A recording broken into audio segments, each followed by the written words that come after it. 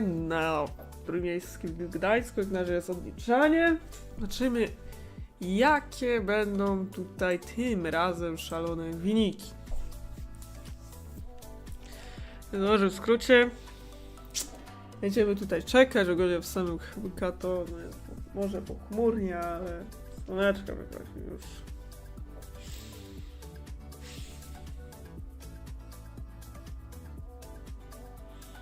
Więc ja bym chciała jeszcze przy okazji później zrobić w późniejszym etapie oczywiście inny content niż ten.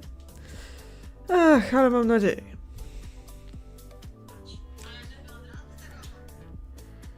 No tak, no mamy dzisiaj dzień zaduszny, czy tam jak to woli zaduszki. No, ogólnie dzisiaj są zaduszki i też co ciekawe w tym dzisiejszym dniu jest właśnie regionalsy w Gdańsku, które no znając życie jak każde regio w Polsce, no oczywiście będzie zawierało bardzo dużo polskich graczy. A czy zobaczymy ich na streamie, to też zobaczymy, ale jest jakieś prawdopodobieństwo, że tak pewnie będzie.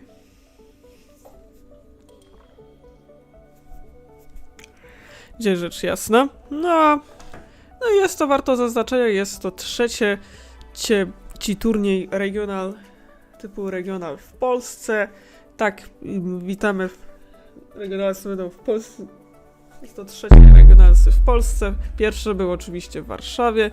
No Warszawa tu długo, a więc tutaj Pokémon Company najbardziej upodobał właśnie Gdańsk jako oczywiście turniej regionalny. No i poprzednie regionalsy w Gdańsku wygrał nasz rodak Łukasz Mazurkiewicz ze swoim potężnym Snorlaxem, który oczywiście budzał wiele kontrowersji w tamtych czasach, bo to jak to tak, że deck, który nie atakuje, wygrał regio, detronizując Charizarda. No jak widać, tak jest, no wygrał regio, nie atakując. Co spowodowało wiele oczywiście ówczesnych kontrowersji, a nawet zastanowienie się, czy nie zbanować Snorlax. Snorlax dalej może być silny, no ale no nie jest już tak silny jak kiedyś. Więc potęga no tego deku oczywiście no troszeczkę osłabła z powodu duchów. Chwilunia.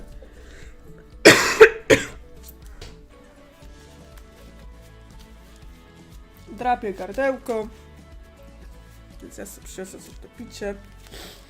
Tak, no wciąż Snorlax potrafi robić dobre wyniki, no ale nie jest to ten deck, który nawiedzał. No też to jest spowodowane oczywiście wspomnianymi Dusknoirami, które oczywiście mogą zacząć. No i też te matchupy na Dragapulta dla Snorlaxa są trochę...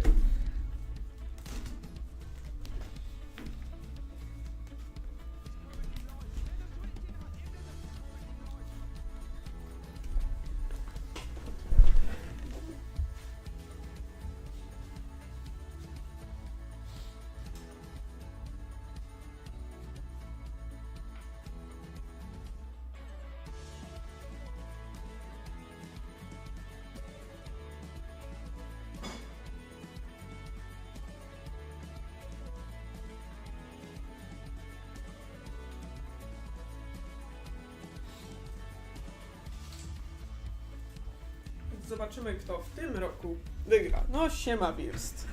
Tak, więc na pewno będzie ciekawie. Z czego co już chyba wiem, to chyba jest już ponad 1000 osób, przynajmniej tych zarejestrowanych. Spodziewają się live'a od day 2, a tu niespodzianka.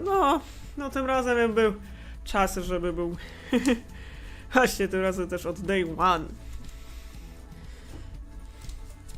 No ale zobaczymy, co tu będzie. No, znaczy wiadomo, jak w każdych regionalsach oczywiście w danym kraju będą dominować oczywiście zazwyczaj no opcje, no właśnie gracze no z danego kraju. No Polska nie jest tutaj wyjątkiem, bo od zawsze tam bardzo dużo jest polskich graczy, zarówno tych bardziej znanych, jak i oczywiście mniej znanych.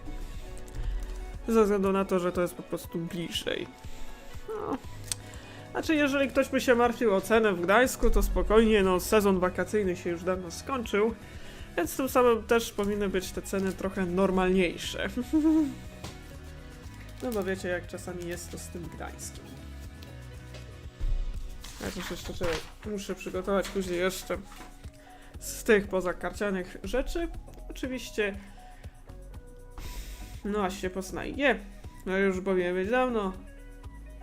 A ze zlekaniem. No.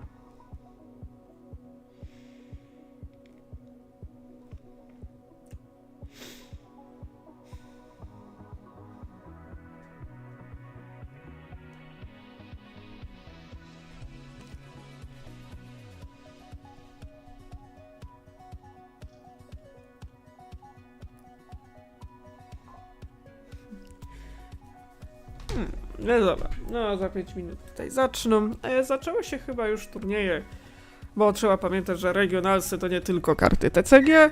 Mamy tu jeszcze wirtualne Pokemony, no i oczywiście Pokémon Go. Co ja jestem ciekaw, kto tam wygra.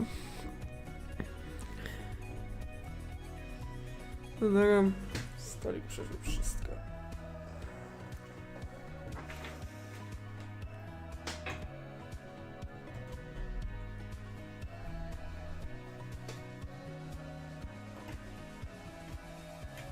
Tak, no chyba też jeszcze trzeba zrobić dodatkowo później wrócić do live'ów z figurek oraz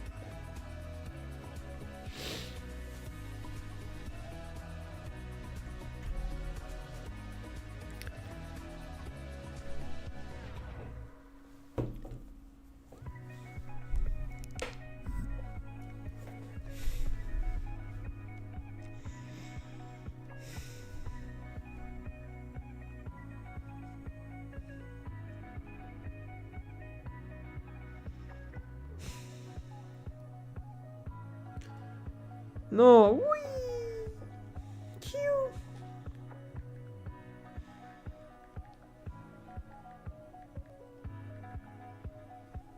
No już tak za chwilę.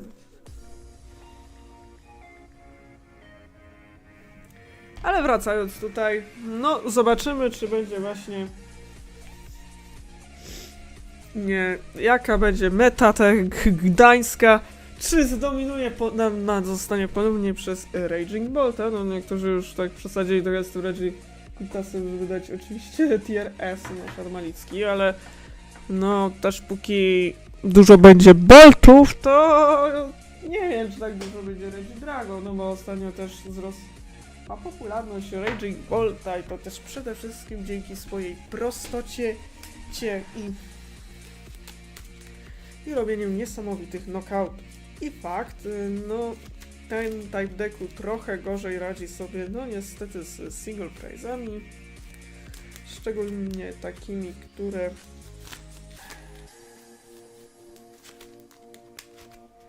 mają big knockoutów.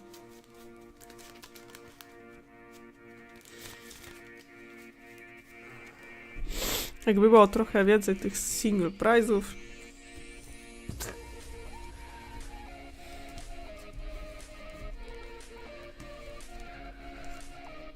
No i możemy się spodziewać jakichś takich cud jak sztampowy projekt polskich i graczy Poliży Baneta, czy tam Baneta po polsku.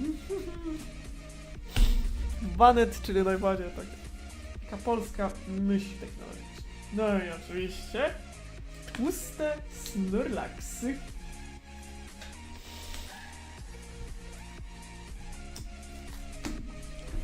No nie?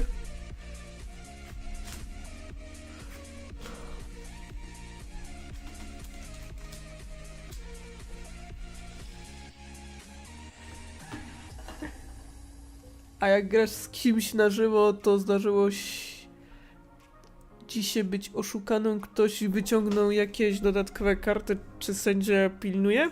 A, no. A czyli są tam ogólnie sędziowie w tych regionalsach, no. A czy już była taka sytuacja na Worldsach, że ktoś tak właśnie skrzętnie oszukiwał. Na szczęście osoba ta się nie dostała raczej tutaj tu i chyba nawet nie była w top 8.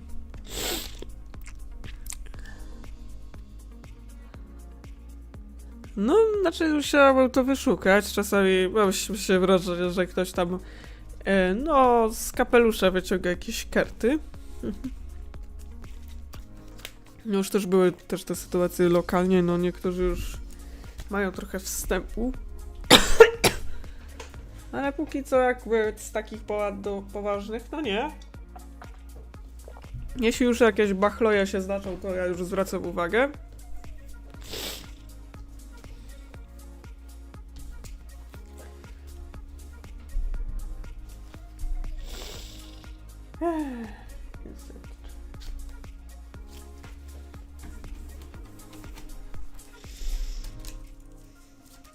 No i już lecimy.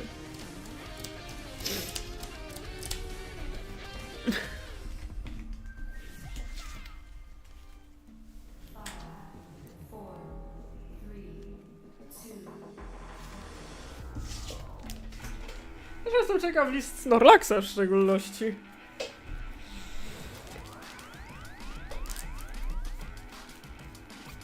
No, szkoda, że Giratina mi zdechła. Giratino wróć! O ja, Giratina, o jany, to był piękny deck.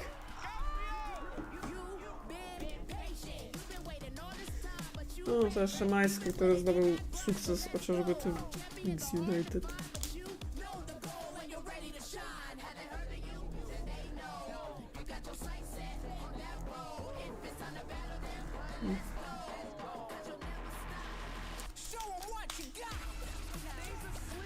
No, zresztą jeszcze z tych innych turniej.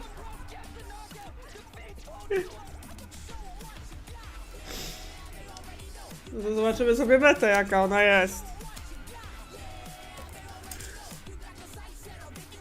No Bigson, co tam?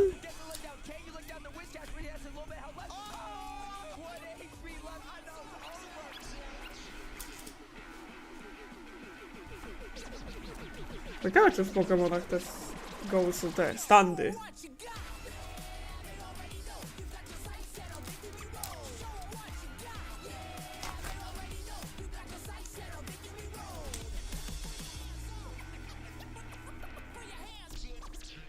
No też zarobił się dostają. Witamy oczywiście w naszym polskim Gdańsku. Stocznia Gdańsk tu nas wita i ogólnie witamy w Trójmieście. No, są tam sędziowie, tak jak zawsze. O Jan, ile... Jezus, ile graczy! A, to jest chyba... Aqua. No też tutaj czasami sędziuje. Witamy w naszym polskim... podwóreczku. A, nie wiem, czy mi... że tam doszło do topnięcia, ale chwilę, że coś się trzęsło. Znaczy w ogóle Gdańsk jest piękny. No, witamy ogólnie też w ogóle w Zaduszkach, tak? Wow, ale ludzi dużo. No, tam się bardzo dużo osób zapisało. Z czego sobie tak z 1500 ponad, nie pamiętam już ile, ale wiem, że dużo się zapisało. Wiecie, bo jest blisko. No i na pewno też jest dużo naszych rodaków. Już chyba nie wspomniając o tym, że też sam Gdańsk jest piękny do zwiedzania. Dosłownie. No, warto zaznaczyć, że oprócz oczywiście regionalsów w Gdańsku też się odbywa jeden z największych i chyba jedyny największy festiwal w Polsce, czyli metalowy, czyli Mystic Festival, warto zaznaczyć, więc naprawdę w Gdańsku dzieją się naprawdę grube eventy ostatnio. Między innymi Mystic Festival, czyli właśnie taki jeden z największych festiwali w Europie. No i to jest jeszcze taki jedyny polski festiwal metalowy na tak dużą skalę. No i wspomniane regionalsy w Gdańsku, no tutaj widać, że no, hosterom się tam podoba.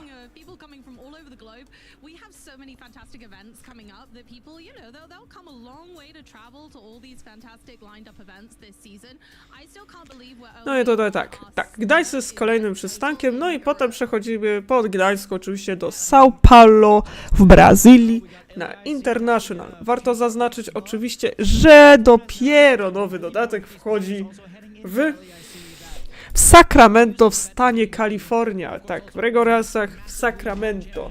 Więc nowe talie jeszcze nie będą dostępne oczywiście w São Paulo. Jeszcze będzie stara beta. cudowne to sushi, kurde, no to... Ty, ale tak bardzo klimatyczne jest to Tatsugiri, bo to tak adekwatnie, no bo wiecie, Gdańsk, może... że widać sushi, sieci rybackie, statki, no adekwatny wystrój do miejsca, w którym się znajdujemy.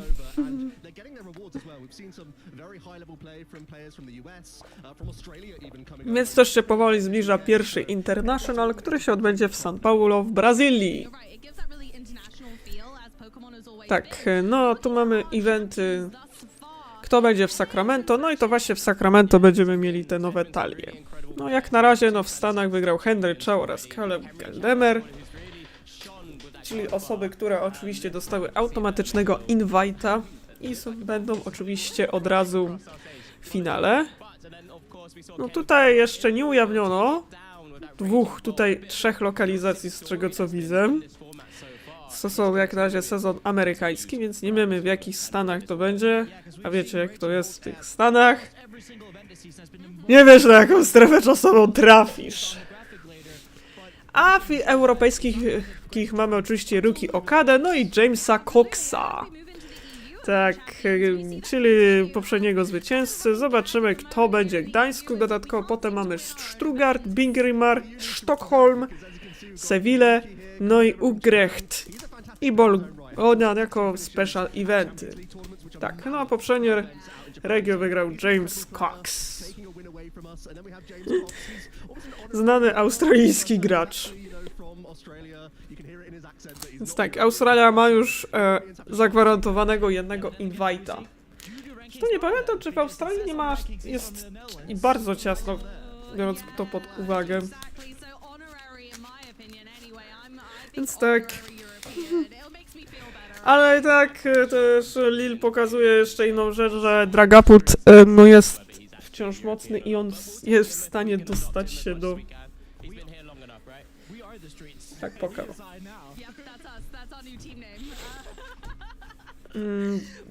Dostać się oczywiście do top 8, tak? No, tak jak mówię, w tej Australii chyba jak widzę, jak tak samo jak będziesz. No, jak będę ponownie, to tak. Że tak jak mówię, jeszcze nie jest aż taka gotowa. No, przez to jeszcze się czuję pewnie, tak.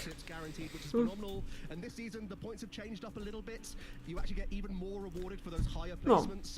No i oczywiście chyba ocenia MSA to chyba tak z 10, biorąc pod uwagę. Jest to Latia? OCA. Oni chyba mają mniej. A nie, tam na dole to chyba Afryka, przepraszam. Ale chyba Australii mają dużo mniej tych miejsc. Tam jest dużo bardzo wybitnych, no poza samym Jamesem Coxem mamy oczywiście Brenneta Torrisona.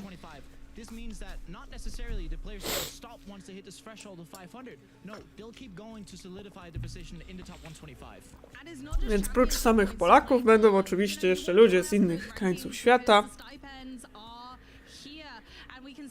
No, jak to wygląda? Ilanow jest w top 3. Co ciekawe, Alberto Cotti jest pierwszy mimo wszystko. Tutaj jest ten James Cox, który akurat ma invite'a, więc on już tak pod rankingi nie będzie brany. Co ciekawe, mamy jeszcze inne Elberder, Enste Blander na 5, czyli kobietę, Ron Nielsena, no mamy jeszcze Jelly Van Kapena, czyli gracza, którego możecie kojarzyć z Goldengo, i Luka Kirchama, który ostatnio gra takim cudem jak Grounding Fire. Gość ostatnio Grounding Fire, właśnie Luke Kircham zajął top 16. Więc to trzeba podziwiać. A, jest jeszcze Louis Van Damorer. Jeśli chodzi o ogólnie standingi, no to mamy oczywiście też na 21 Torda Reklewa. Oczywiście też dodatkowo Stefan Lowe, który grał tym Iron Torcem, no nie pełnym torcem, ale no, działa. Pedro Auto Torres. Więc tak to wygląda mniej więcej. No tutaj reklam. Co sobie gra reklam.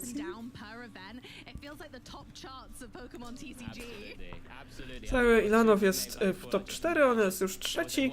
No, mimo że Alberto Cotti no nie wygrał. Regio to on ma. Też chyba nie wiem, czy tam Cox nie powinien być w ogóle uwzględniony, no bo Cox, tak jak wspomniałem wcześniej, on już jest zakwalifikowany, więc on tak nie musi się starać. No i tutaj jeszcze pokazanie nagrody, że za pierwsze Mastersi mówią 10 000, Junior Senior 2,5 tysiąca. No jest 108 boosterów, więc jest co otwierać. No top 64, tak zostaje 36. Czyli można by powiedzieć całego booster box.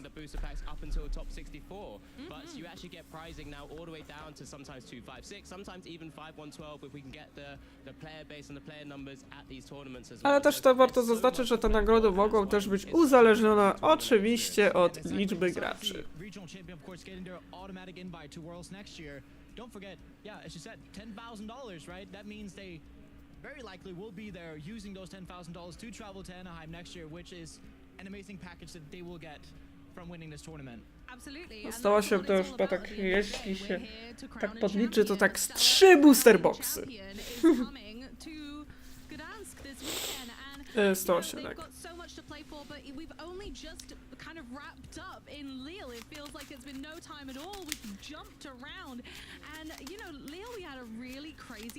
No i zobaczymy też jeszcze metę, więc to jest też bardzo ważne, co tu będzie dominować na naszym polskim podwórku. No i chyba nie zaskoczę was niczym, jak powiem, że Raging Bolt, bo aż 15% w Day One stanowią Raging Bolty. Drugie miejsce zajmuje Lugia z 10% ex aequo z Charizardem. Trzecie Palkia z duchami, która jest dosyć trudna, no i razem z Regidrago oraz Dragapultem po 8%. Jest tak, Raging Bolty, które wciąż dominują. Znaczy tutaj, akurat przepraszam, to jest Lil, ale tutaj Raging Bolty tutaj dominowały, też w tym Lil, tu warto zaznaczyć, że... Znaczy ja się nie zdziwię, że Raging Bolt też tutaj będzie dominował, tak? No i tutaj też... A, dobra, przepraszam, tutaj sorry. Tutaj mała pomyłka, no tutaj tych Raging Boltów było dużo mniej. Aczkolwiek też ciekawą rzeczą jest to, że Raging Bolt zawsze się dostaje przynajmniej do top 8. Czy wygrywa, czy nie, ale zawsze jest. Jeden przynajmniej. Ale chyba raczej podejrzewam, że będzie tak samo, że tych Boltów będzie dużo, bo też Bolt jest łatwy, bo Regidrago ma taki problem, że to jest tak bardzo trudny do ogarnięcia. Wszystko można spieprzyć i w ogóle to jest etap parującego mózgu. No jak wyglądają? Tak. Tak, Clement Corboros, który dopiero debiutował. Też...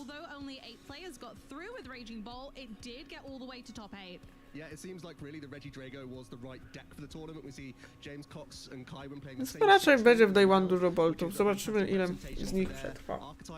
As well as Alberto Conti doing well with that Regidrago V-Star. And then there's Lugia as well. It had that amazing Day 1 to Day 2 conversion, but also made it all the way up to that top table as well, into the top cuts, which is great representation from all of these players. And then just a one-of for Snorlax Control. Never that popular of an archetype, but still can go far in the room.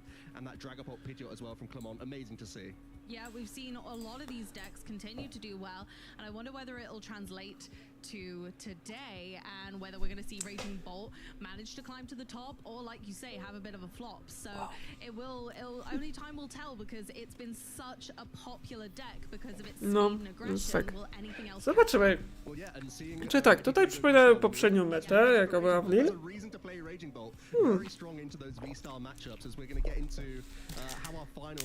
Finalistą został Clement Corbios. Swoją drogą gościu nie miał rzeczy na koncie, a tak daleko zaszedł.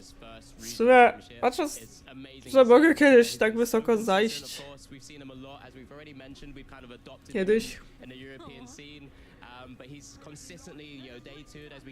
No, też chyba warto zaznaczenia jest to, że No, też warto by zaznaczyć, że też kobiet się zaciął, no bo miał bardzo kiepsko. To jest też takie pechowe miał rozdanie, no gdyby miał jeszcze przy okazji właśnie Nezbola i tego Rotoma, no to historia by się potoczyła inaczej, bo miał nie najgorszą rękę, tylko czegoś brakowało. And he's been a world caliber player for years. Oh yeah. And it's just taken him that long to get the win. That's how tough it is to make it all the way through a tournament. You need to be a great player, but you need to have those slices of luck along the way. And to be fair, in that final, he did have some good slices of luck. Clement didn't draw well in any of the game, though, which was proof of how well he can play Dragapult. Absolutely, and Clement has proven that kind of through all of the events this season so far. He's been piloting Dragapult for all of the events thus far, and I'm curious to see if he's sticking with it, knowing that he was so close, or you know, maybe you could even see him in the finals once more.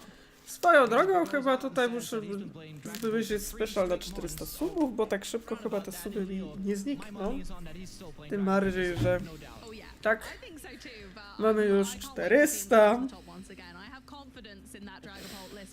Więc jest to już liczba, której raczej wyczynem by było.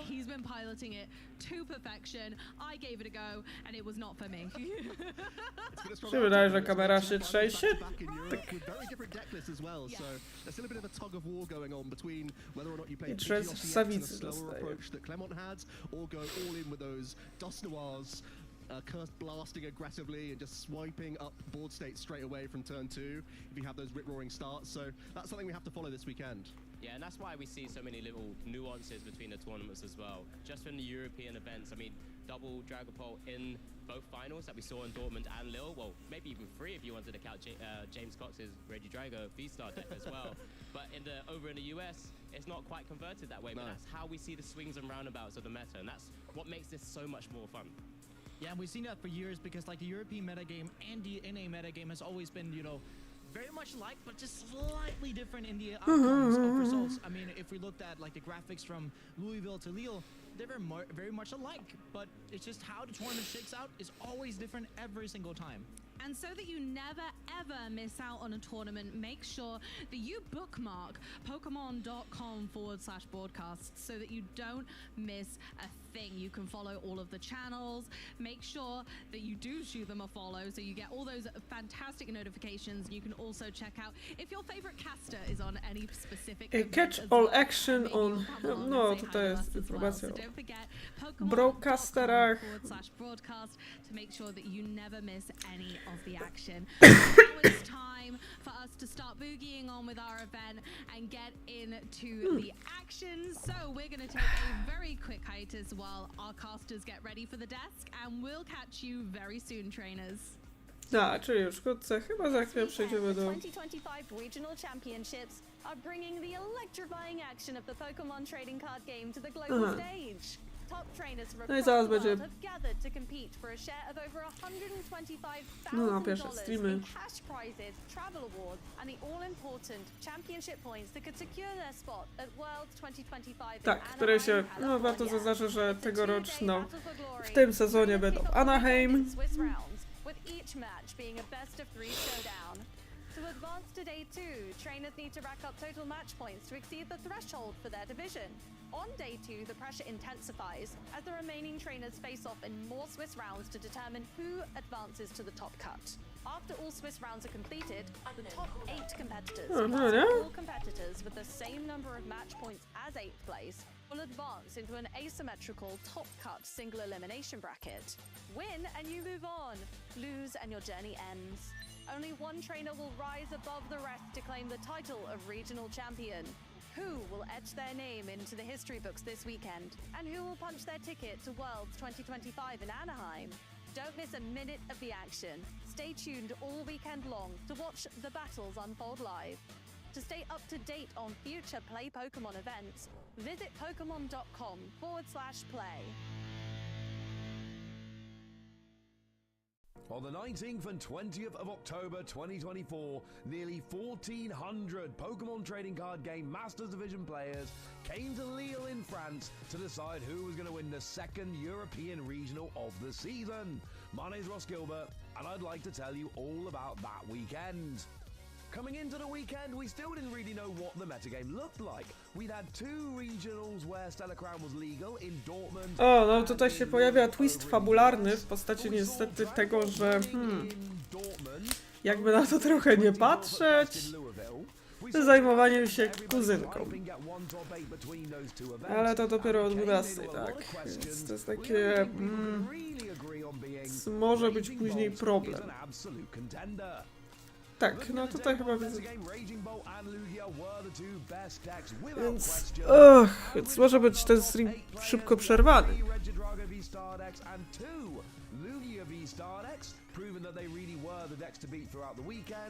With lone representation from Raging Bull TX, Dragapult TX, and our old friend Snorlax.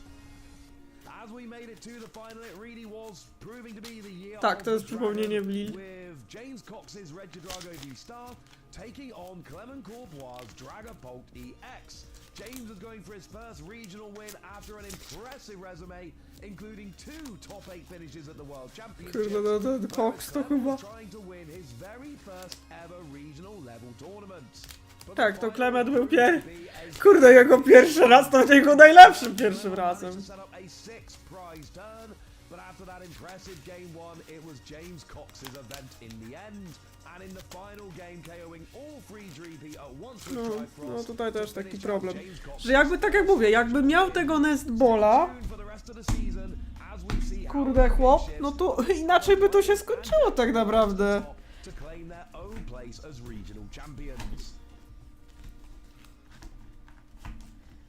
Kurde, jakiś cudem nie dobrał Nestballa, zawsze jest takie śmieszne. Przykładało mi, trzymam. Because we are on the port city of Gdańsk here in Poland. The players have poured in as over 1,300 masters. No tak, tak będzie może być problem, bo teraz Myself, Joe Bernard, and my chum, Alex Dow, with me, taking you through. Going to be round 3 very shortly. Round 2 is at its conclusion, actually, in the last dying minutes. So we shouldn't be too long until we get into our first round of action here, Alex. Yeah, I think we're all excited to finally get into the action, you know, see what decks are No actually dobra, gonna to mamy. be, No to on the stream, zobaczymy. what we can Tak, to już for you wchodzimy guys w tych and make this as hosterów. enjoyable experience for you guys as much as possible, despite not just of course the theme that we got. I mean I'm doing my best in my blue suit, but yeah, I'm looking forward to just being here with you and just actually guiding our players and our viewers, of course, at home. Throughout this tournament. Speaking of which, yeah, the viewers get involved on those socials down below. Zobaczymy, kogo będziemy Play oglądać. We are watching, so make sure you're on X, on YouTube, Facebook, and of course on Instagram as well. We want to hear it all for you. This is why we're here. We're here for the viewers. So if you get involved, it's going to be easy enough to let us know what decks you want to see and players you want to watch. We're trying to follow the storylines as much as you are, and you can also check us out on YouTube and Twitch with that /Pokemon. Couldn't be easier to get involved in the action here this weekend in Gdańsk. We're in the Stellar Crown format still. We've had a few weeks of it now. This is the 3rd tournament over here in Europe, and we actually Tak, to tutaj jest przypomnienie no, dotychczasowych osób z Invader.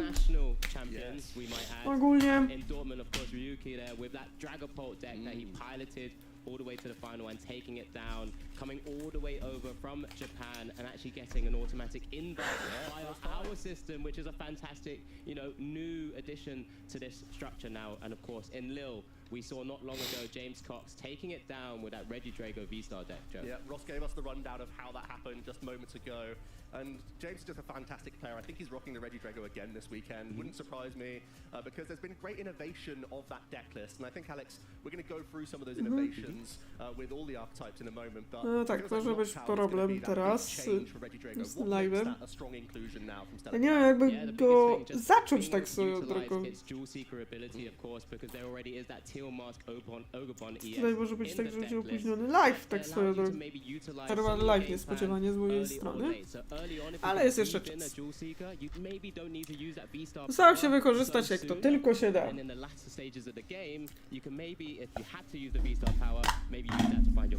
Ja bym nie miała też jeszcze...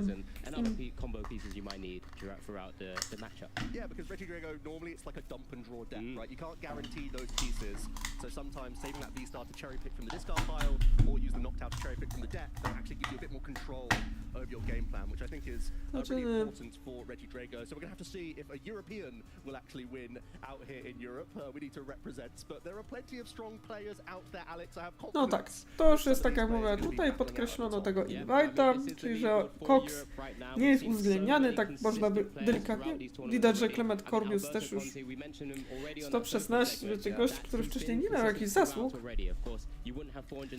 No, widać, że Jan Hausen też widać, Mirosław Moessi, bo tu teraz jest też na razie. Nie ma problemu, jak będziesz ready, to odpalisz znów. Tak, jak ponownie będę w domu, to odpalę ponownie. Tak, więc to już mamy przypomnienie, jak wygląda leaderboard w samej Europie. Tutaj prowadzi Alberto Contetti, który mimo iż przegrał z Coxem, on dalej ma prowadzi, chociaż tak jak wspomniałem wcześniej, Cox ma tam invite'a. So if you want to start accumulating some championship points yourself, there's always those local level tournaments you can check out, not just these massive regionals. If those are a little too intimidating, you can start there, start your journey towards the World Championships yourself. I mean, it's where we all started, right? We all get a chance to actually, you know, play some of the local events. It doesn't really change too much other Tu than mamy oczywiście Kirkham, when we talk about tutaj Michael Davidson, no i oczywiście Joshua Vandeler, czy jak to woli, Zapdos TCG. No tak, on ma was. Niektórzy właśnie zawodnicy mają swój kanał, więc to są ci europejscy. American Rank na trzecim, no i tutaj na 13 jest Joshua Vandeler, Shale. Znaczy bardziej po prostu dosadnie Zapdos Stage CG, tak prościej, tak?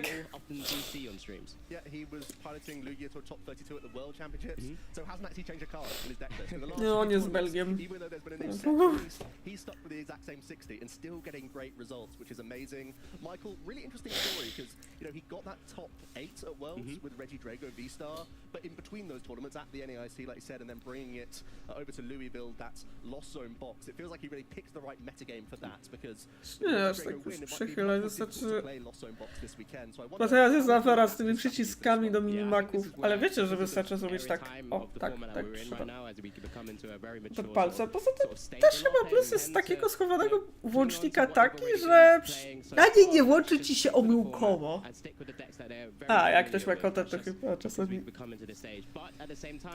Czy na przykład nie terpniesz nóżką na przykład przypadkiem i wyłączysz kompa?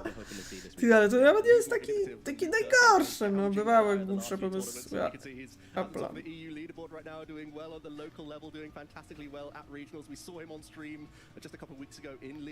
And he likes to put opponents in awk positions, put them in a spot they've never been in before with an archetype that he's homebrewed, he's ironed out, made fantastic, and I think it's a really good sign for our players out there that you can be very creative, bring a homebrew, and as long as you put the hours in, it's going to do really well. Yeah, I know we love Luke. That's enough about gouging fire. It is biased. I'm sorry. But no, he's a fantastic player. But there's so many fantastic players. I mean, at this tournament, over 1,300 players, I believe, battling it out to try and take down this tournament, become a regional champion, get that ticket to Anaheim, California, the World Championships, the pinnacle of our format and season. Well, let's see some cast predictions then. I'm backing Palkia this weekend. I think Palkia is going to have... Właśnie, zobaczymy, tak. Tutaj jest jego predykcja, że Palkia i Noctowle. Tutaj widzę. One coś pokażą. No, Palkia jest potężna. Jak ona wychodziła, ta Palkia, to ona była naprawdę potężnym deckiem. Kurde, to dacie czasy Intelionów. Tymi Drizaili, jeszcze Skupa Neptów.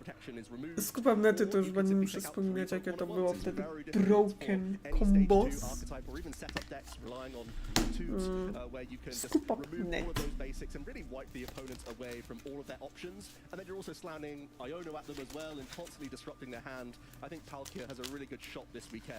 We've been playing with Noctowl, but that's not why I have Noctowl as my other card as a prediction. It's because Noctowl's so good. We're even seeing Reggie Drago add it into the deck as a 1-1 count. That is proof of how powerful it is. Reggie Drago doesn't have much space at all. It's already a toolbox with a ton of dragon cards, but you still make the room for Noctowl because it's so impactful when it hits the board, even if it's once in the game. I mean, you heard from a little bit earlier, we couldn't really stop talking about Jewel Seeker. But if I go back to my... I oczywiście predykcja kolejnego, tutaj Terrapagos i Candy. No. EX as my first choice. Candy to It's jest a card dopiero. I actually also played in as well, but it's a fantastic deck and card in its own right. It's got a fantastic attack, of course, just being able to just beat down on other opponents' decks as you fill your board with that Area 0 under desk, as well as we're joined by a friend on our desk. But of course, the second card I chose was Rare Candy, and I think there's a chance, there's an opportunity here, as we've seen already. No, Rare Candy na pewno się uh, pokaże in niejednokrotnie. regional championships. Rare Candy trying to Więc really tutaj mamy highlight maybe a predykcję. stage 2 deck could do something. I know this is not quite what you're thinking. Yeah, I'm gonna fight you on this one. I think it's tough to be a stage 2 deck in the format right now. I think if I'm playing stage 2s, it's just so I can use Dust Noir to stop those other stage 2s. I do think Candy's obviously good. You know, you're still playing the card to use that Dust Noir in the first place. But I think we're starting to see people take Pidgeot EX out of their decks, because if you go second, there's just so many archetypes now. With Reggie Drago, with Dragapult, even with just Dust Noir in general, they can target your engine, and then if you're without it, you have a few dead cards in your deck list and it's tough to work. So I'm skeptical of the stage 2s this weekend. We're not battling now. No, We're no, trying to no, decide for the choice of voting. I'm ready to go. But look, Rare Candy, I think, has a chance, right? If Raging Bull continues to have an uptick in sort of play, you know, things like Charizard could come out of nowhere, really sort of weave itself back into the format, and hopefully find a pretty good place in itself. And as you already mentioned, is utilizing Dustmar. Right. You're already backing up my argument. Yes. Okay? It does get so much better. I love the combination of Pokestop Night Stretcher Rare Candy. That's from Travis Fable, the Night Stretcher, one of my favorite new cards, and it's unlocks those stage 2s in many ways. Yeah, there's so many unique cards that we've seen in our recent sets. It's just means there's so much more to look forward to. Every time we get a new set, there's so much more little innovations that we get. And like I said, this is what we're hoping to see in this tournament going forward as well, and hopefully get you guys a chance to see and feature onto stream as well. So you mentioned Charizard. That's an archetype that's not been super popular as of late. How do you think it shapes up in this format? Are you still playing the Pidgeot? Are you playing the Dustoir? How do you think it shapes up? Because I've got my own opinion, but I want you to start. And then tell you how I like to play Charizard afterwards. Personally, I don't think you can ever go away from Pidgeot EX. I think just being able to cherry pick the right pieces and just when you need it is a fantastic sort of utility support Pokemon you're going to have. Może ktoś z Katowic się nieco przebije. I've also said previous format, heading into this Stellar Crown format, sometimes it could be a bit of a trap, having to utilize that card and weave in that kind of a broken up sort of damage, and then also giving up your prizes. It sometimes can be just not the right way to go about things. But Tak, it does tutaj jest boost the damage community of Charizard. rejection. I will try and jam Roto things czy in that. bez? Fair enough. I was going to go really off-piece and say that I've been trying out a Barrel build of Charizard once again. You but with love Fan Barrel. Rotom. It's because I love Fan Rotom from this set. It's one of my favorite cards, and it's a way to get double Bidoof and sometimes even the Squobit as well in your deck, so you can cycle really nicely. And you can see that we have a community bracket actually all about engine Pokemon this weekend, because there are so many. There's just so many cards that can draw so much in the format right now. We have endless possibilities on that first turn, throughout the game with the Vs and the EXs that we have access to. Festivity splits opinion as well, because it really does. Tak, tu mamy jeszcze konkursy dla widowni. Co lepszy, Roto czy Fez, kurde? No mi się wydaje, że tak. Oba są spoko. Rotom jest bardzo dobry na early game, a Fez później. I think we were debating that among like Tatsugiri, and we were also thinking about Cleffa as well, which is like the lone attacking option, I suppose, that can draw cards as well. But Barrel snuck on, and you know, we'll see if it can go through the bracket as well. Yeah, we'll go through this tournament alongside you guys. You guys will get a chance to vote and interact with us as well on the Twitch stream, but we'll be giving our best arguments and cases for each of the support Pokemon. Hopefully I'll get one I'd actually enjoy a bit more than the others. Well, I can tell you, Alex, I've got Rotom on my side for this first bracket. We're going for it right now. Oh my so God. I have Rotom V to chat about, which I think is a pretty good pick for me. It's going to be not too difficult, and I think we're going to be starting any moment now into our argument. Well, you're going to have to find out. I can't remember. I just know that I have to pick Rotom V this time, which should be pretty easy for me. I think it's a phenomenal card right now, but let's wait for the green light and we'll get underway. So I believe we can count you in, and I don't know how much time we've actually got here, but 30 it's enough. 30 normally? seconds? Yeah, Okay, I'll speed up I'll there. give you 30 seconds. We won't give you too much time. So in 3 seconds, Joe, I won't say 3. So 1, 2, 3. Go ahead. Well, here we go. Bardzo Arvin lubię unlocks Mesblon. Rotom V, and Arvin is in everything right now. You get that Nest Ball, Forest Hill Stone. You can end on those plus 3 No cards. That właściwie, means you're going to no. be holding on to Alex's favorite card. Zaraz the będzie Rare Candy głosowanie, Crystal. dajcie mi już grę. Forest Hill Stone gets you anything. The fact that this is a V Pokemon is one of the main selling points here, because not only is it giving you that hand advantage, but then whatever you didn't hit from those 3 cards, you can then go and get into your deck with that Forest Hill Stone. We're seeing it in Dragapult, we're seeing it in Charizard. Every stage 2 needs this card right now. But even the fast decks, sometimes we see it in Lost Zone Box, sometimes we see it in Miraidon. No, dużo breakers istnieje, tego no, nie ma That's takich. enough. Beats. Beats. I'll let you have the beats. I'll let you have the beats. Right. Do you know what you've got yet? Yeah, just about. I think. Okay. I think it was Fez. I think this is why I was talking about some of the matchups. Yeah. Okay. Well, this is actually a close one. They both draw 3 cards. You know, there's some Yeah, but- similarities going on. But one goes in absolutely everything. Oh, okay. Right. Well, I'll count you in. This then. is where I'm just taking extra time right I'm now. going to give you No. the 3, 2, 1. Right, Pheasantipity X. It's a card, as Joe's already mentioned, divides opinion. Why does it divide opinion? Because it goes in absolutely everything, and this is where Tak, everyone's trying to wszędzie. shoot into the deck. Jak się znokautuje, to możesz dobrać karty. Just being Weź po wygraną, tak zwany. Raging Bolt EX. You know, when you take a knockout, no one's targeting the Pheasantipity. Everyone's trying to get rid of all the other attackers. It's just such a fantastic support Pokemon that you can literally jam into absolutely everything. And don't forget, some people do actually use the Cruel Arrow attack as well. A little 80 snipe just for a little bit of fun. And Why not? there you go. The fact that you've had to start talking about Cruel Arrow shows that you didn't have enough It just things to well, say that's about because that's Pheasantipity. also because you don't have any. What's Rotom V's attack? That's No one- natural. Yeah, it's then not what? great though. Exactly. 40 damage something? Yeah. Exactly, so it has Tools, utility. Yeah. Not a big Look. deal. But yeah, I mean, we love saying flip the script here. A jeszcze bierze palkiem z duchy. It's gonna happen. And yeah, it's a... Który lepszy, Rotom czy Fez do drołu? Here in the community bracket. Keep Not an going. easy No, one, keep I going think. about Fez. Well, Let's I keep mean, going. both great cards is what I'm going with. This is going to be a really tough community bracket. A hard one to beat this weekend. Sometimes we make the community brackets and we think, yeah, there's 1 or 2 clear decks or clear cards that will make it through to the final. I actually can't really predict this one. It's going to be all down to chat to figure out what are the best engine Pokemon that we have in format right now, in a format where we have so many options. Yeah, I really like just the fact that Rotom has so many really cool, unique cards at the moment as well. We spoke about Fan We love the Rotom. fan Dobrze. Rotom. Everyone's got one to grab it as well. We literally have been sort of mocked for because I played 4 in a deck. No idealniejsza ręka. Yeah, how could they? Everyone says we go to every tournament and I hear if only I opened Fan Rotom, you know, and I win the game. Yeah. Well, why not play 4? But it doesn't matter. Anyway, moving on. No, it does. It matters. It matters because you want it in the active position, so a Hoothoot's not getting knocked out. Yeah, it's very true, absolutely very true. core, and it can attack as well. 70 damage, not anything to sniff at. If you have a stadium card in play, that can be a great way to initiate a prize race. We're definitely going to see Fan Rotom and a few of our archetypes. Lol. I really have my eye Czy on. znowu mi się Looking at sprajzowały top z players 2 on this dripi? So far is Terrapagos. O ja. The new archetype from Instant Stellar check. Crown, utilizing that Fan Rotom, gets into play, gets Pidgeot into play, then constructs. I love it. intricate board states I love it. to checkmate opponents almost with the use of. No dawajcie już meczek, no właśnie też czekam. Actual, my choice. Nie, kocham czasami, wiecie co jest tak skurwiałe w tym TCG Live, kurwa, że wiecie, zawsze te kursy, kurde. Other combo pieces, it's really a fantastic way of actually utilizing a whole deck to beat down on your opponents. Yeah, it can have so many avenues. To jest Let's see jakieś if it's shape. I apokem. really don't know which way this one's gonna go. It's going. O ja, Feza DPD wygrał! Wow! Said it was close, it ain't close. Znaczy wiecie, no Rotom jest dobry, ale tylko na początku. I guess it's the stage 2 It's decks, gotta be right? stage 2s, and we hate rare candy. Right? Chat hates rare candy. No what? Hey, you take that back.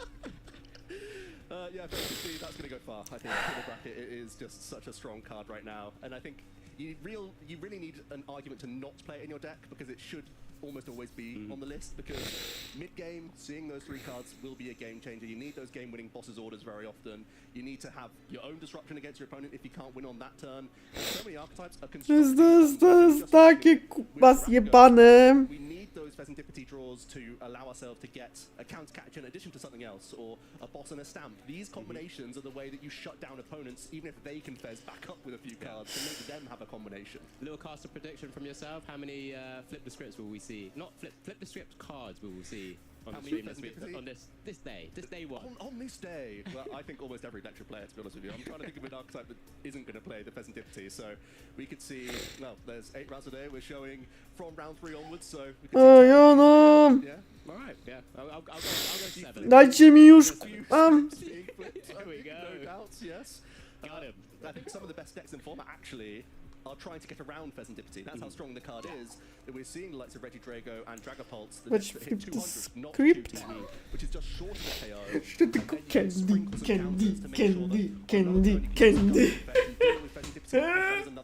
O, jest stąd! Jest stąd! Star Alchemy? I mean, that's why we saw, I think, Clement do so well Po in the league cukierek. regionals.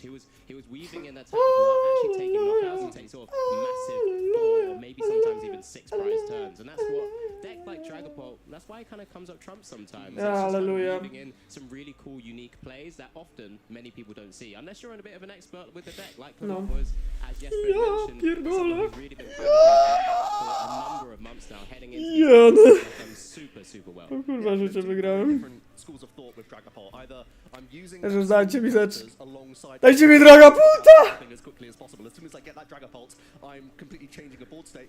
Or like you said, you take it a little slower, you sit on your Iona, you sit on the 3 count of counter catcher in Clement's deck list, and you pick apart a board. There's 2 very different ways of going about it with the archetype, but no doubt Dragapult is very strong this weekend. It's one that we have to No, look out to jest for. Dragapult. I know you're Kurwa, no masz mi Dragapulta najlepiej. what we're going to see in the field today. We Okej. have day 1 meta break To jest... for the Masters Division. Just to remind everyone again, Czy kogoś się zdziwiło, że Raging Bolt jest na pierwszym miejscu? Bo mnie nie! Co ciekawe, dużo się zrobiło tych Regikutasów, kurwa, bo aż 8%. A, i z czego co widzę, łącznie jest 1300... No i tak dużo powiem. Oficjalnie jest 1130 deków. 1369, to i tak dużo.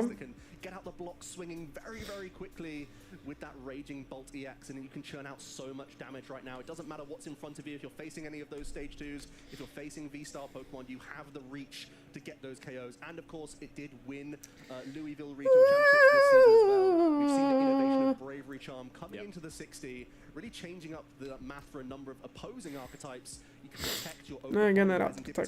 To jest Royal Academy Night Kingdom. relying on your 240 hit points in the front with Raging Bolts, or you can use these tool cards to offset the Dragapult sprinkle counters that we see in the Reggie Drago and the Dragapult EX decks themselves. So those Bravery Charms have put in a lot of work, and I imagine a lot of our pilots of Raging Bolt will be using those this weekend. Yeah, that meta share is really interesting. Only Lugia was the other above double-digit percentage. Yeah. I mean, Reggie Drago was a really A, one no we i expected tutaj to see a bit of an uptick. Yeah, it actually went down. Yeah, trochę się zrobiło mniej tych terapagosów. Dobra, myślę. But seeing it's, you know, despite winning, not being that much more popular, here's the best of the Czy ja best chcę dać bracket there. Lino? No Dragos chyba thus far tak. still not quite squeaking in, but interesting Gardevoir at that 6%. That's going to be a combination Z of boss the sobie? Drifloon and Screamtail combinations, as well as the Banette EX builds of Gardevoir as well. We've had a look through the data, trying to look through Arcanine, that there is representation for both of those being merged together for Gardevoir lists, and we know we're in Poland, of course, so there's going to be more. Tak, Banette a wiecie, representation, I think. Polska... 100%. And it's a very similar story for Iron Thorn's EX as well. A bit of a Tak, story that's torców kind of też jest come up mniej, out of chyba the widzę woodworks terapagos. recently is that Znaczy Iron terapagos Thorn's jest been trudny. partnered with a new Pokemon, and that's also been in that combination that Iron Thorn's appearing on that day 2 graphic. So it's not just the standard 4 of Pokemon that we might be seeing or have seen in previous tournaments, but I think it's been weaving in a new partner in Dragapult EX. Interesting combination, because Iron Thorns was happy No tak, playing czyli the list. He was having his nie zaskoczę was, że dużo jest Raging Boltów, bo aż 200 osób gra nimi. Dragapult almost complements the two. Dragapult O, usually zwycięzcy not that Koksa good też to podniosły Lugia się Star trochę te because of the Regikutasy, ale recent wciąż changes dużo jest and Boltów. what potential you can really undo a lot of the work that Dragapult's trying to do. You just have lots of inherently high hit point Pokemon. So let's just put an Iron Thorns EX to the active and pick like Zobaczymy, co to będzie za pierwszy meczyk. have the Crispin and energy attachments to select. Ale tak, zostaliśmy. No, dużo Boltów jest, zaraz zaskoczę, zobaczymy ile Boltów zostanie. giving yourself that window of opportunity to get multiple drag cloak onto the board, drawing a lot of cards, and set yourself up for a sort of turn 3 attack with a Dragapult, very different from the other approaches that we see, allows you to, again, control the game in a different way. Slowing the opponent down, having them have sub-optimal setups is the way that this archetype likes to operate. And there may only be a handful out in the field, but there are some top players piloting the list. Yeah, really cool sort of unique way of bringing a deck. I mean, I played a bit of Iron Thorns myself, and one of the biggest troubles we've always discussed, Joe, when talking about Iron Thorns, is that it's kind of tickling for damage. At 120 to 160 damage, that's its damage range, right? But then when you sprinkle in the Dragapult's Phantom Dive attack, there's just so much more going for it. But again, and it's got some draw power as well, because he's utilizing a lot more the drag close recon. No dobra, to się już pogoda pogarszka, to pewnie jaka jest w Gdańsku. Slowing down the format, giving yourself a chance to build up your hands, build up your presence on the board state, and then taking it down is one way to try and win the matchups. Yeah, so you played Iron Thorns at the World Championships, and I think we're almost at that full circle where we saw the 3 most popular archetypes this weekend are the Raging Bolt, the Lugia, the Regidrago. That was when players started to pick the Iron Thorns archetype, because you can catch those decks off guard and be really troublesome for those. So pure Iron Thorns could be doing well this weekend, but also the sort of cover your bases approach now with a Dragapult thrown into the deck, have a bit of best of both, could also be doing well. I think it's definitely an archetype that we have to keep an eye on. We really want to show that archetype if we can, so we're keeping an eye on those players this weekend. Yeah, and remember, don't forget, when you get an opportunity as well, you know, it's for you guys to try and give us a bit of an idea of what you guys want to see on stream. Of course, if we give you a chance to maybe try and pick and cherry pick, Już wybaczyć będzie niedługo. we might try and find it for latter rounds, as long as they're doing, you know, Jak na razie po ESE to maybe there's a lot of opportunities there. jedzie trochę słabo. Just interact with us. We want to give the viewers what you want.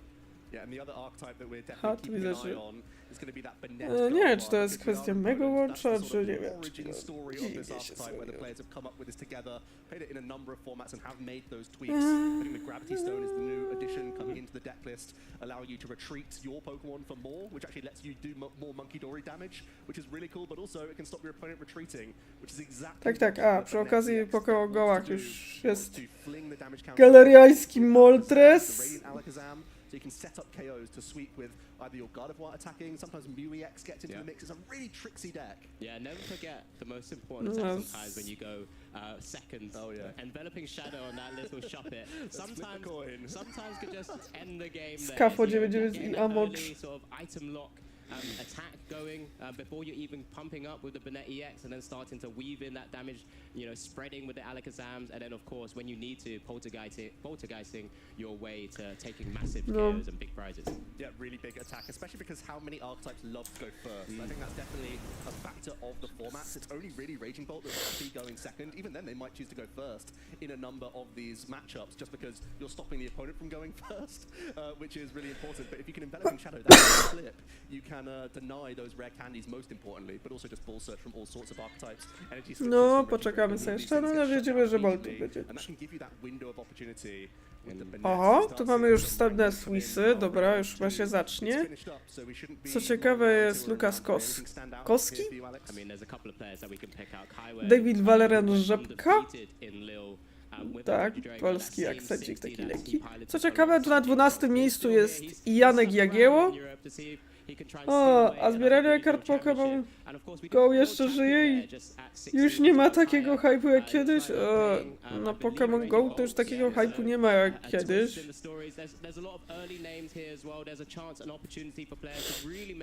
Ale o jakie chodzi? O to oficjalne, to już troszeczkę się skończyło. No, podróbek już też z Pokémon Go nie widziałam. Bo są teraz, wyszły już teraz te oficjalne, tak? Tak, Kawan i Kajban widzę, tak wyglądają wstępne. Janek Jagieło. Jest jeden po polsku. No mamy jeszcze tam Lukasa Simon Colbert. Oliver Gotch. No, takich dużych nazwisk nie mamy, no to jest ta Żabka grająca ballet.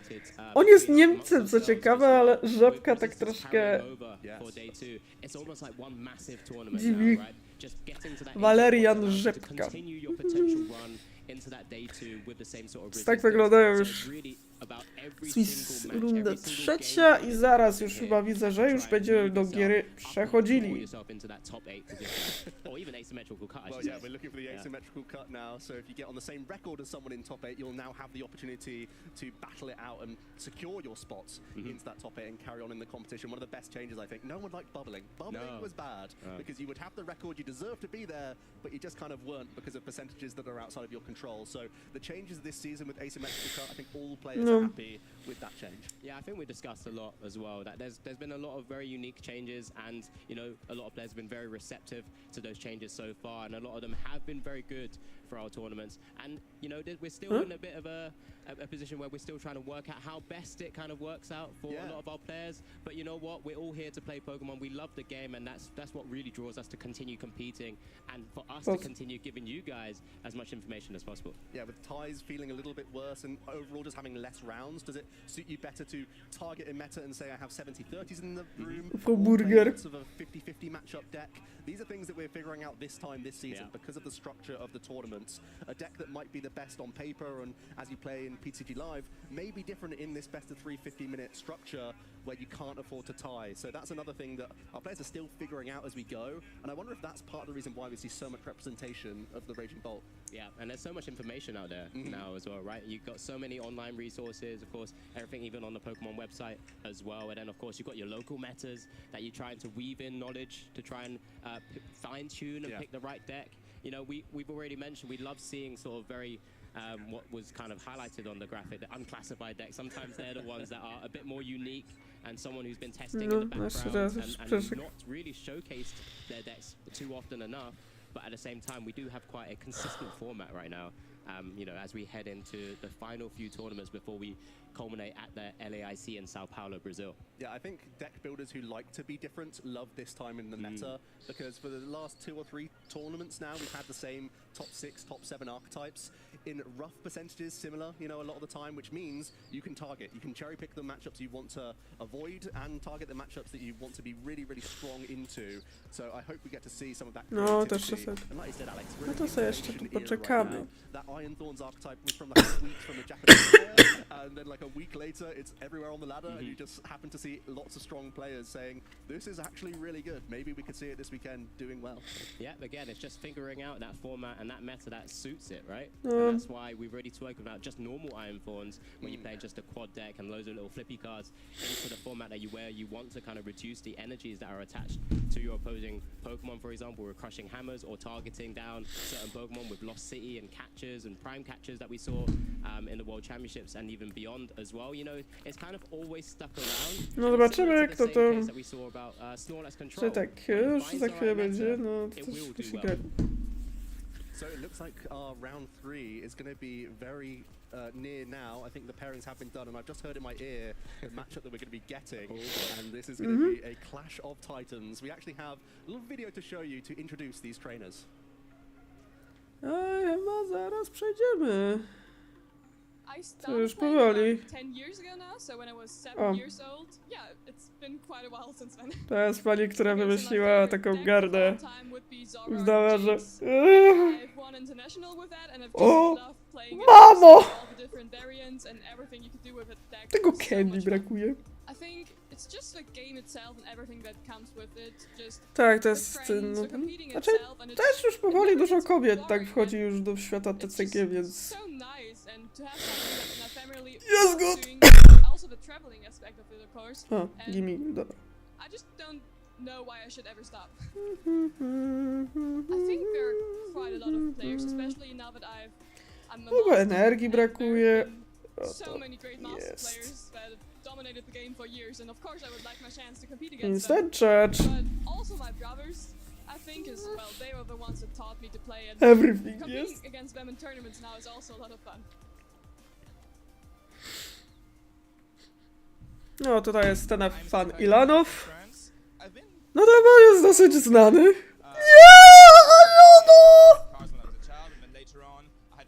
A nie. Mogło być gorzej.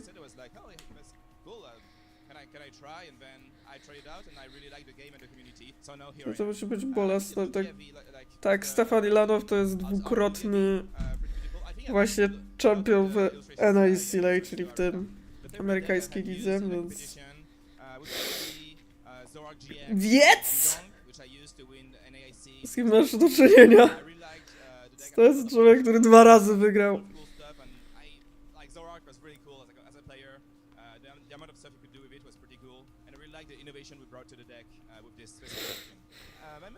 Więc ty wiesz, na co możesz się wpisać?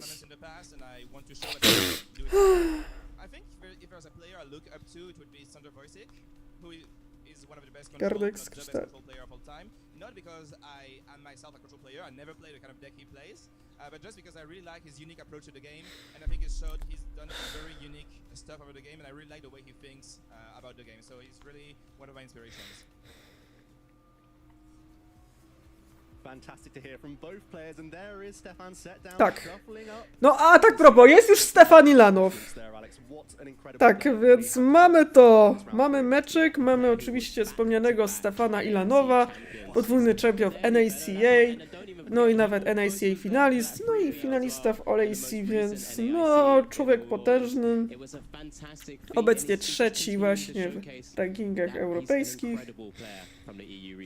Yep, and versatile as well. Stefan in the last couple events has been playing that Palkia Dustwell, almost made it even more popular. No i mamy oczywiście wspomnianą Natalię, czyli Kyla Lichsteller, która ma już czempiona w Worldsach 2019, Worlds Top 32, RACA w Top 8, więc też jest tu grubiutko.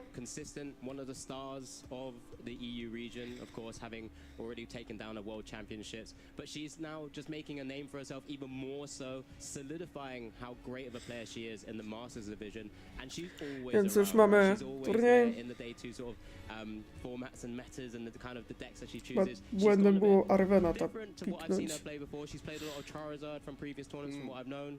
She's taken No up, as tak, we've czyli already mamy mentioned, tutaj that dwóch Raging naprawdę Bolt EX. talentowanych, She's więc one of that zaczynamy już z 15%. wysokiego C. Yeah, there you go, playing the most represented deck in the room. Something that we don't always see the top players gravitate towards because it does have limited avenues to play. You set your stall out quite early with lots of 2-prize Pokemon just to get into the game. You need your Teal Mask Ogapon rolling to get your damage ramped up. So it's really going to be down to see how Tak, wiem. limits the Którzy plays pomyślą, with że that co to za aggression, grze. because as we know, God of War EX does have a lot of strong options in this matchup. Single prize Pokemon that can up-trade thanks to A, no tak, Kyla gra Raging Boltem, no i co ciekawe, Stefan Ilanow wrócił do Gardevoir. Of the players here, we did see one in Stefan's prizes as we kick things off for our round 3 here in Gdańsk Regional Championships. Looks like Stefan's drawn first, so he's going first here. Does open with that Buddy Poppin. Więc tak, Ilanow wrócił do gardy. Buddy Poppin is so important for these setup decks, specifically the stage 2s, because this deck doesn't really kick on until you get into your Gardevoir EX. So we're definitely going to see a couple rolls hit the bench as quickly as possible, which is the perfect opener for Stefan. Yeah, again, we might not have Gdzieś raz zobaczę. We're having a little look through the list. He's playing a bit of a turbo build. One of Szymbansa, the to ja... previously a little bit before. He is playing those rare candies in his list. I'm interested to see whether he might be able to pull out that cunning little clef key as well to try and slow down Kaya's board. There's a lot of unique little pieces there that This you can was go a down. card that Stefan used at the NAIC to Ja się zaraz zaczynam dużym bazem. looking through his prizes to make sure that he has access to what he wants. It is a little bit risky to just go for 1 Ralts and 1 Klefki here, but if you do have that retreat option, you can shut down a lot of Kaya's draw.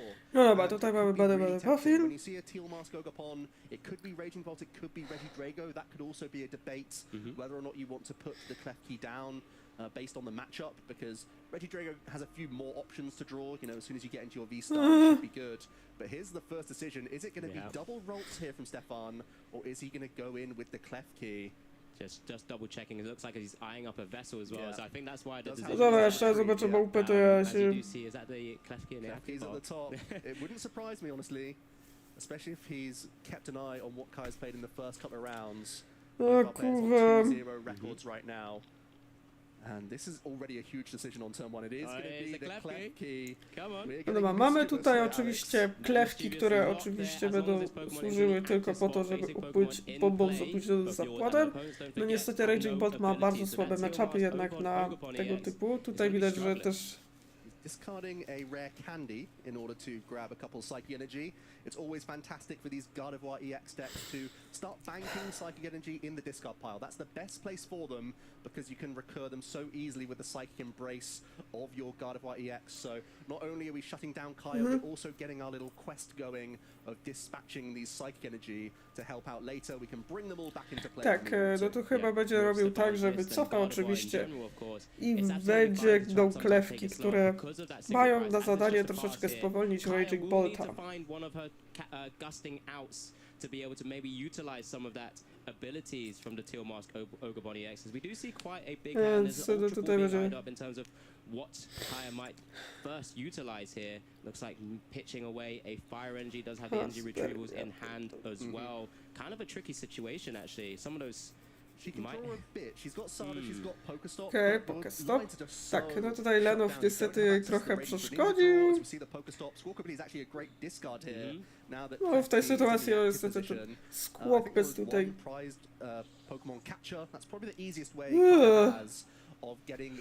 No dobra, mogę już przygotować kolejnego, tak? Important to discard that fight energy to unlock your Professor Sada, the crucial supporter card of this deck. It provides the ancient Pokemon some fantastic energy acceleration, and it's going to be a Raging Bolt selected for Kaya now in order to get those additional draws. And we'll see za bardzo będzie mógł. 3 cards from the Sada can get her towards a gusting effect. That could be massive. Yeah, as you already mentioned, Ducha nie odpalisz. energy in the discard for Sada's vitality to activate, you know, being able to choose 2 of your ancient Pokemon, which is why she chose that Raging Bolt. Does have a Nest Ball coming down as well, but you get to attach in basic energy from your discard pile to them. Tak jak mówię, teraz są klewki na aktywie, przez co Kyla nie może aktywować w ogóle Ogerpona chociażby. Że jak mi zbijesz, to wiesz... Too late. Tak, więc tutaj trzeba wymyślić inną taktykę, jeśli o to chodzi, widać... Onto that. We did see the switch card yeah, though. The switch card's there. It can happen. So and take down the rolls. That really puts Stefan back one further turn. Yeah. Because this is where that decision of whether it's a double routes really comes into effect or not. Here comes the big 3 cards then from Professor Sada. No i mamy Sadę. Ale i musimy się pozbyć tych...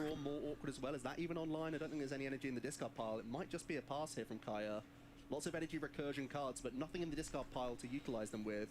You can still switch card and burst draw, but it's a lot of your resources going down. No cóż... Not ideal here. This is why I was kind of umming and ahhing about that hand initially with that Ultra Ball that she had to use. That's why she went for the Pokestop and started spinning as one of the first actions of her turn here. It will likely be just a pass, of course, already utilized the support. Does have the Iono ready for next turns. Protects the Teal Mask Ogremon EX in the active spot, and it's over to Stefan to really initiate things now. Arvin coming down. Can we really start to see maybe just that TM evolution come into play with further buddy poffins? Dobra, no to tak jak mówię. Tool cards that you can search with the Arvin here is that TM evolution, and as you said, Alex, it's going to be the buddy poffin alongside it, so you can now establish those additional rolls. The Klefki has done its job. You've slowed down Kaya quite substantially. It's very frequent for the Raging Bolt to get an attack in on the first turn of the game when it goes second, but in this case Kai has been shut down effectively, and that means that Stefan is going to be able to get a couple of his Curlier online. That is the core draw engine. No dobra, o, dobra, widzę, że tu jest Devo. Przyszło, żeby tak mam rozbieżność. Tak, tutaj tak, aktywowany jest Devo i mamy Kirlię. No, Stefan wykonuje tutaj masę gastów. Yeah, I mean, just buying a turn here with that mischievous lock has been so pivotal for this. Because going first as well, you know, that gave Stefan an opportunity maybe to weave in rare candies if needed. As we do see a stop, only 1 hit there, but does get the energy into the discard. But still hasn't found a way jest to trochę niemały problem, bo wciąż mamy tutaj niemały problem. No dobra, tretki. Nie chcę. No i mamy Prime Catchera, który... No to mamy dobre tretki, bo mamy Prime Catchera, który uratuje nam do pensji, cóż by powiedzieć, bo też tym samym oczywiście Prime Catcher w Kirlie, tak, tym samym jeszcze oznacza to też tyle, że można już w końcu użyć Ogerpony normalnie. normalnie, jak cywilizowany, jak się mówi, człowiek. Tak.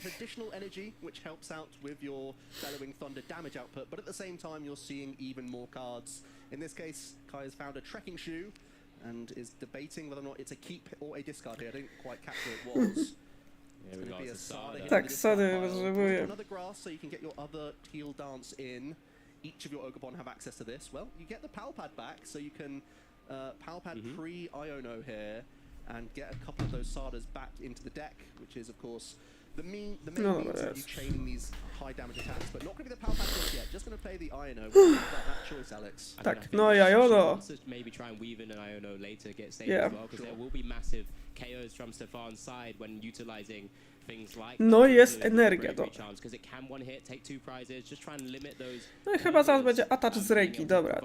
Kyle dokonuje ataczu z ręki, Iono użyte, no nie chcemy zawsze tej Sady, czasami chcemy po prostu doprowadzić rękę do koszmaru.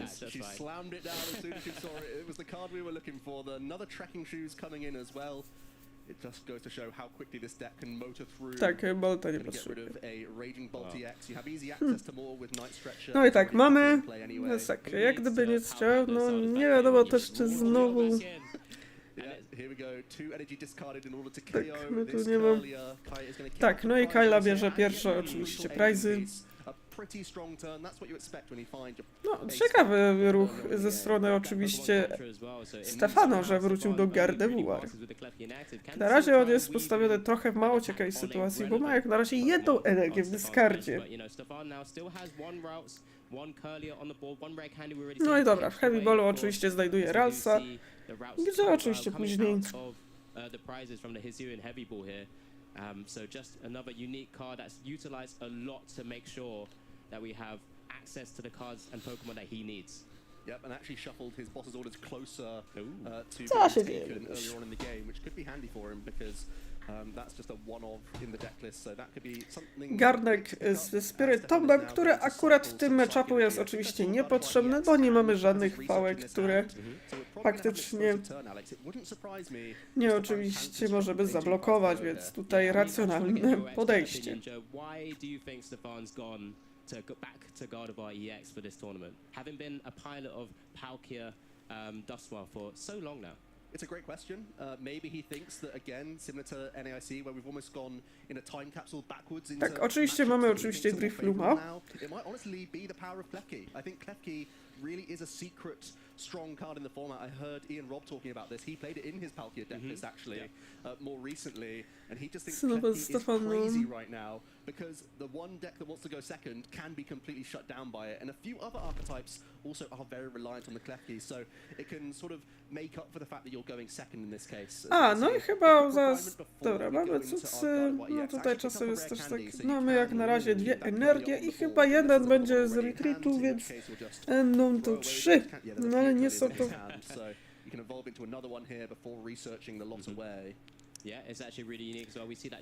Tak, no i oczywiście tutaj jest kolejna Kirla.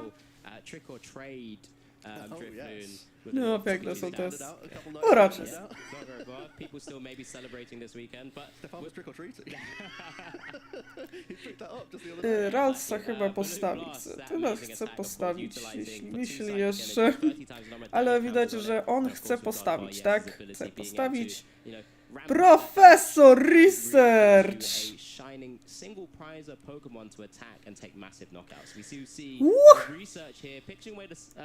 Potężny research! Dobra, mamy oczywiście Ultra Balla. Tak jak mówię, też karta trochę wraca do konceptu. Mamy oczywiście też i grę Ninja, który pozwoli nam zdyskardować kolejne energie i je zutylizować, więc tak, znowu jest używana Kirla.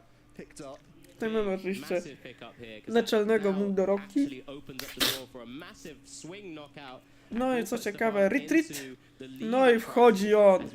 Tak jak mówię, Raging Bolt może mieć kiepskie matchupy na takie buildy jak Garda, opierające się głównie o single prize'owych atakerów. But there is that No i jest knokaucik. KO, taking out one of those Raging Bolt EXs, and it's on Kaya to try Nie and wiem, Luna, stem the jest flow ciepło, here. tak, Yeah, wiem. it seems quite routine for Stefan to just chain 2 players. No tutaj Nestball, bo chyba widzę, że jedyną opcją jest tutaj Greninja zaskakująco, bo sporo Pokemonów poszło do utylizacji. To znaczy, że w jej wersji nie ma niestety noszy, które pozwalają na przywrócenie. Yeah, and I think again that's why we wanted to highlight that Iono, although hitting the discard path to be To nie, więc no kurde, może być trochę ciężko. No i mamy Pokestopa. Aż 2 wesele, kurde, lecą.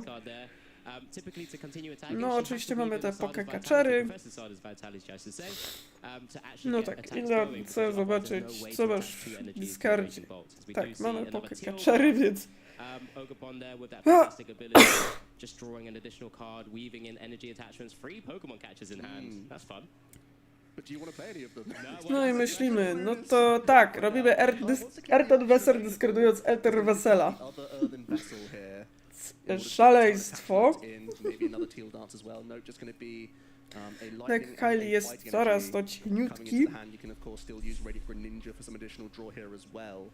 Just a very interesting point. We saw her pitch a Raging Bolt EX earlier on one of her other turns. She's obviously lost one to a Drifloon, but the 4th one is actually prized. She's only got this attacker, so she has to try and start weaving in maybe a Myriad Leaf Shower from that Teal Mask from that Sunstone. No dobra, ja też muszę użyć Bravery Charmów. Well, fortunately it does enough here, right? Because there are some heavily damaged single prizes, so not out of the realms of possibility. Co ciekawe, ona ma też Ultra Balla, Is tak. there any thought maybe you still try and target down that No chyba wchodzi Sada, bo ja... I feel like get a Bravery Charm on the active Raging Bolt. yeah, it's a weird one. I could see the line where at least you're shutting down Curlier for then you later on to find O, that mamy area oczywiście that makes it disruptive to the opponent, so w it's a play that doesn't taką feel great rzecz for jak now, but could be useful later, Bravery. as we are gonna see the attachment Czy after chcemy the używać Professor Bravery? onto the Raging Bolts. There's another earthen vessel coming in. Yeah, it really comes down to what question you want to ask of Stefan. Do you want to take out the Pokemon which sort of boost the energy onto your Pokemon to actually No, swing the ciekawie quick się attacks? robi. You know, if there's no Gardevoir EX. A mamy oczywiście Wesela z... Co chcemy zdyskardować w sumie? Wesel z Pokegirem. Sensado też... Tak, oczywiście Kyla ma coraz to cięższy deck. Jest już tak cienki, że prawie zbliża się do grubości kartki A4.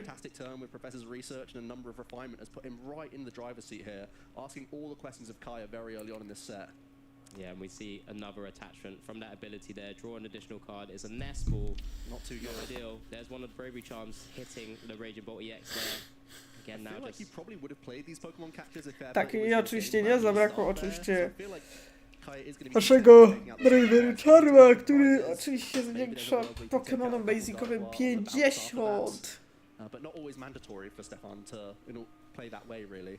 Yeah, I guess maybe sometimes just seeing what card she gets out of her, Czy you know, ona... the draw power that she naturally has from her Pokemon, as we do see No there, cóż, jedno. just the fantastic battle Aha, of Thunder. ona gra nosze, tylko się nosze sprajzowały. A wiecie, czasami Night Stretchery lubią robić psikusa. That we see a return or retaliation here, as a Curlier does get promoted into the active spot from Stefan's side. Does have a way of just instantly sort of maneuvering around because of that ability that is online already. So it doesn't really matter too much. I mean, it does put a bit of damage on itself. But yeah, that's often a benefit, Alex. Yeah, that might be exactly what Stefan wants here, because there is a Monkey Dory in hand as well. I think the debate here is if you fill your board with a Radiant Greninja or a Monkey Dory. A little bit of draw, or having that damage counter. No cóż, tak, teraz znowu będziemy kopanie. Let's see, it's going to be a refinement first here before any other decisions. Popping, ooh, the Bravery Charm. Does that open up any lines here? Screamtail's not live because of the Terra EXs on the bench. They can't be damaged on the bench. Something very unique that sometimes catches out a lot of players. We see a few ball search cards, but no recovery. There's just a 1 count of the Drifloon in the deck list, so we need to work towards one of the 2 Super Rods or the Night Stretcher for Stefan. Is this a little opening here potentially? Yeah. Because we Coś can't chyba really get down a myśli Greninja jeszcze. drawing cards, for example.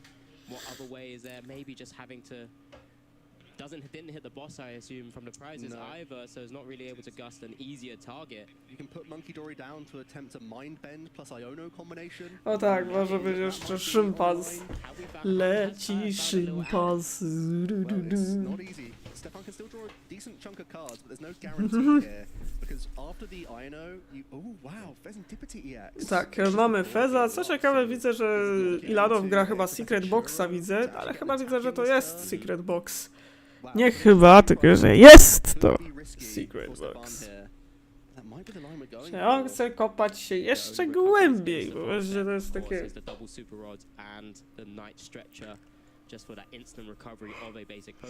Chyba będzie etap kopu, dajemy kopanie.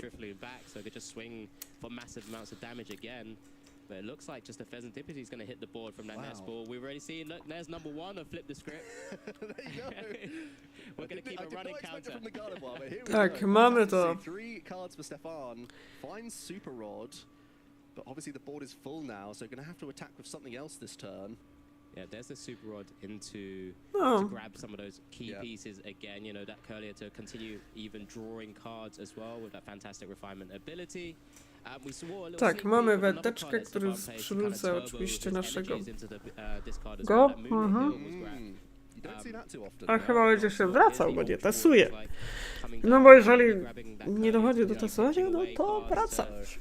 Maybe go into the one card he might need to try and retaliate here. Really having to think through this turn. Yeah, so there's no tool Co tu removal in dyskarduje? Stefan's list either, so you can't screen tail into the Oj, active będę to Mary win Puffin, tool bo to removal jakiś later. wpływasz. Is it going to be a joust maybe? What's our best attack here? I mean, No i chodzi I Kirla. don't dislike that. I don't dislike that. I'm thinking it could be a joust angle. The prime catch has been spent. Maybe this is the way that we try and wiggle a turn. And then Kaya potentially then has to try and weave in those Pokemon catches. We're projecting here. No i kolejna energia wchodzi w discard. Yeah, not going to be ideal just yet, but something that Stefan can keep an eye out for. You do have a lot of Pokemon recursion here. Night Stretcher being Gloria. as of late. There's going to be a couple Psyche Embraces onto the active, damaging this Curlier for 40. And then where does Stefan go? I think the obvious choice was to... Well, we still have our supporter as well. Can we... There wasn't Is much the to Churro weave in the hand here? You can Churro up the Pheasantipity and then still get your attack in with a Drifloon here. You still have Ball Search. I don't think there was a Churro in hand. Otherwise we would It's in see the it. deck, is it? I couldn't tell. Musieli przerwać streama, a trochę szkoda, bo ta mecz jest naprawdę interesujący i ekscytujący.